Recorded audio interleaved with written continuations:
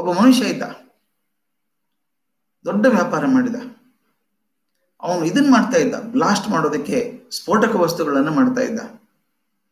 ಈ ಗುಡ್ಡ ಹೊಡಿಬೇಕು, ರಸ್ತೆ ಮಾಡ್ಬೇಕಾದ್ರೆ ಕೆಳಗೆ ಕಲ್ಲಿರುತ್ತೆ, ಒಡೆದು ಹಾಕ್ಬೇಕು. ಅದನ್ನ ಏನ್ ಮಾಡ್ಬೇಕು, ದೊಡ್ಡ ದೊಡ್ಡ ಸ್ಫೋಟಗಳನ್ನ ಮಾಡ್ತಾ ಇದ್ದ.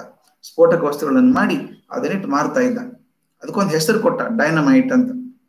ಡೈನಮೈಟ್ ಏನ್ ಡೈನಮೈಟ್, ಅದು ಎಲ್ಲಿ ಪ್ರಸಿದ್ಧ ಆಗ್ಬಿಡ್ತು.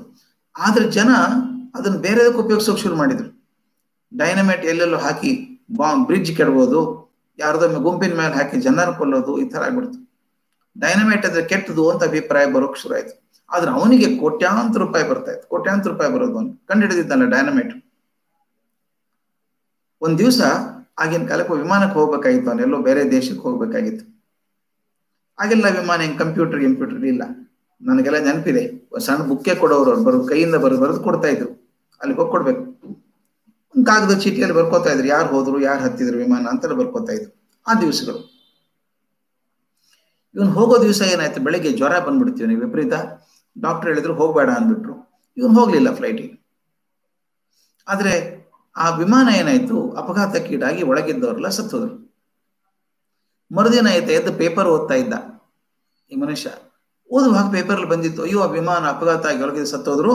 ಅದ್ರೊಳಗೆ ಈ ಡೈನಮೈಟ್ ಮಾಡ್ತಿದ್ನಲ್ಲ ಮನುಷ್ಯ, ಎಷ್ಟು ಮಂದಿಗೆ ಜೀವ ಹಾನಿ ಮಾಡಿದ್ದಾನೆ, ಮನುಷ್ಯ ದ್ವೇಷಿಯಾದಂಥ ಮನುಷ್ಯ ಸತ್ತು ಹೋದ ವಿಮಾನದಲ್ಲಿ ಅಂತ ಬರೆದಿತ್ತು.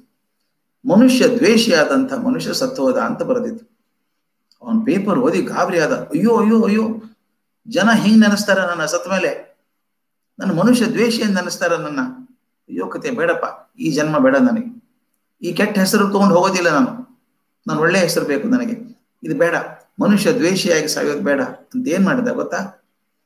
ತಾನು ಏನ್ ದುಡ್ಡು ಗಳಿಸಿದ್ನೋ ಅದುವರೆಗೂ ಅದು ಎಲ್ಲವನ್ನು ಡೊನೇಟ್ ಮಾಡಿದ, ದಾನ ಮಾಡಿ ಹೇಳಿದ, ದಯವಿಟ್ಟು ಈ ಹಣದಿಂದ ಜಗತ್ತಿಗೆ ಒಳ್ಳೆ ಆಗೋದಕ್ಕೆ ಪ್ರಶಸ್ತಿಗಳನ್ನು ಪಡಿಬೇಕಾದ್ರೆ ಪ್ರಪಂಚದ ಅತ್ಯಂತ ಶ್ರೇಷ್ಠ ಪ್ರಶಸ್ತಿ ಆಗ್ಲಿ ಇದು ಅಂದ್ರು.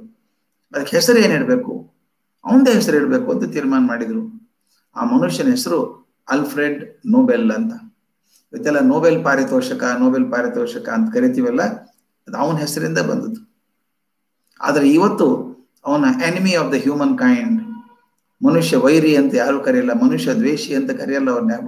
ಯಾರು ನೆನೆಸಿದ್ರು ಕೂಡ ಜಗತ್ತಿಗೆ ಶಾಂತಿ ಪ್ರಶಸ್ತಿ ಕೊಡುವಂತಹದ್ದು, ವಿಜ್ಞಾನದ ಪ್ರಶಸ್ತಿ ಕೊಡುವಂತಹದ್ದು, ಸಾಮಾಜಿಕ ಚಿಂತನೆಗಳ ಬಗ್ಗೆ ಪ್ರಶಸ್ತಿ ಕೊಡುವಂತಹದ್ದು ಅತ್ಯಂತ ದೊಡ್ಡದಾಗಿದ್ದ ಪ್ರಪಂಚ ಇರೋದು ಇವತ್ತು ನೊಬೆಲ್ ಪ್ರಶಸ್ತಿ. ನೋಡಿ ಇದು ಹೇಗಿದೆ. ಎಲ್ಲಿವರೆಗೂ ಆತ ಬರೀ ತನಗೋಸ್ಕರ ದುಡ್ಡು ಗಳಿಸ್ತಾ ಇದ್ನೋ, ಆಲ್ಫ್ರೆಡ್ ನೋಬೆಲ್ ಹೆಸರು ಯಾರಿಗೂ ಗೊತ್ತಿರ್ಲಿಲ್ಲ. ಒಂದ್ 4-5 ಮಂದಿ ಅವನ ಜೊತೆಗಿದ್ದವ್ರನ್ನ ಬಿಟ್ರೆ ಯಾರಿಗೂ ಪ್ರಪಂಚಕ್ಕೆ ಗೊತ್ತೇ ಇರ್ಲಿಲ್ಲ. ಯಾವತ್ತು ತನ್ನ ದುಡ್ಡನ್ನು ಕೊಡಬೇಕು ಅಂತ ತೀರ್ಮಾನ ಮಾಡಿ ದಾನ ಮಾಡಿದ್ನೋ, ಇಡೀ ಪ್ರಪಂಚಕ್ಕೆ ಹೆಸರಾಗ್ಬಿಡ್ತು. ನೊಬೆಲ್ ಪ್ರಶಸ್ತಿ, ನೊಬೆಲ್ ಪಾರಿತೋಷಕ ಅಂತ ಹೆಸರಾಯ್ತು. ಆ ತಿಳ್ಕೊಳ್ಳಿ, ಯಾವತ್ತು ನಾನು ಸಮಾಜಕ್ಕೋಸ್ಕರ ಕೈ ಎತ್ತೇನೋ ಅವತ್ತು ನನ್ನ ಕೈ ಬಲಿಷ್ಠ ಆಗತ್ತೆ, ಹೆಸರು ಶಾಶ್ವತ ಆಗತ್ತೆ. ಅದೇ ರೀತಿ ವಾರೆನ್ ಬಫೆ ಅಂತಿದ್ದಾರೆ ಅಮೆರಿಕದಲ್ಲಿ. ಬಿಲ್ ಗೇಟ್ಸ್ ಕೇಳಿದ್ದೀರಿ ನೀವು? ಬಿಲ್ ಗೇಟ್ಸ್ ಹೆಸರು ಗೊತ್ತು ನಿಮಗೆ, ವಿಂಡೋಸ್ ಮಾಡಿದಂತ ಮನುಷ್ಯ, ಮೈಕ್ರೋಸಾಫ್ಟ್ ಕಂಪನಿ ಚೇರ್ಮನ್ ಆಗಿದ್ದವನು. ಗಳಿಸಿದ್ದು ಅವನು ಅಸಾಧ್ಯ ಗಳಿಸ್ಬಿಟ್ಟ. ಜಗತ್ತಿನಾದ್ಯಂತ ಬ್ರಾಂಚಸ್ ಎಲ್ಲ ಮಾಡಿ ಗಳಿಸಿದ್, ಬೇಕಾದಷ್ಟು ದುಡ್ಡು ಗಳಿಸಿದ್ರು. ಆದ್ರೆ ಆತ ಈಗ ಜನಪ್ರಿಯ ಆಗಿರೋದು ಯಾವುದರಿಂದ ಗೊತ್ತಾ? ವಾರೆನ್ ಬಫೆ ಆಗ್ಲಿ, ಬಿಲ್ ಗೇಟ್ಸ್ ಆಗ್ಲಿ, ಅವ್ರು ಪ್ರಸಿದ್ಧ ಆಗಿರೋದು ಅವ್ರು ಕೊಟ್ಟಿರುವಂತಹ ದಾನದಿಂದಾಗಿ. ಎಷ್ಟು ಹಣ ಕೊಟ್ಟಿರ್ಬೇಕ್ರಿ? ಲಕ್ಷಾಂತರ ಕೋಟಿ ಹಣವನ್ನ ಸಮಾಜ ಕಾರ್ಯಕ್ಕೆ ಕೊಟ್ಟಿದ್ದಾರೆ. ಈಗ ಕೊರೋನಾ ವ್ಯಾಕ್ಸಿನೇಷನ್ ಬಂದಿದೆ, ಆ ವ್ಯಾಕ್ಸಿನೇಷನ್ ಎಲ್ಲರಿಗೂ ಕೊಡಿಸ್ಬೇಕು, ಲಸಿಕೆ ಕೊಡಿಸೋದಕ್ಕೋಸ್ಕರ ಅಂತ ಹೇಳಿ ಆತ ಎಷ್ಟು ಲಕ್ಷಗಟ್ಟಲೆ ರೂಪಾಯಿ ಕೊಟ್ಟಿದ್ದಾನೋ, ಕೋಟಿಗಟ್ಟಲೆ ಕೊಟ್ಟಿದ್ದಾನೋ ಗೊತ್ತಿಲ್ಲ.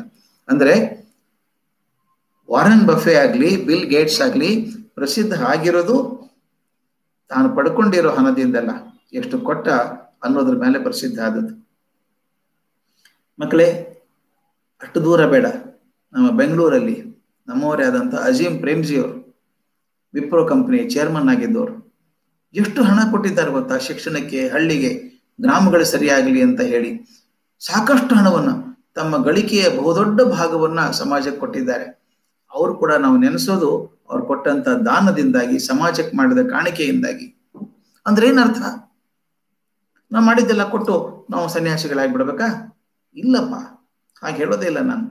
ಚೆನ್ನಾಗಿ ಬದುಕಿ, ಪ್ರಾಮಾಣಿಕವಾಗಿ ಗಳಿಸಿ ದೊಡ್ಡವರಾದಾಗ ನಿಮ್ಮ ಪಕ್ಕದಲ್ಲಿ ಕುಳಿತಂಥವರ ಕಣ್ಣಲ್ಲಿ ಒಂದು ಹನಿ ನೀರು ಬಂದಾಗ ವಸ್ತ್ರ ತೆಗೆದು ಒರೆಸುವಷ್ಟಾದ್ರೂ ಮನುಷ್ಯತ್ವ ಬೇಡವೇನ್ರಿ?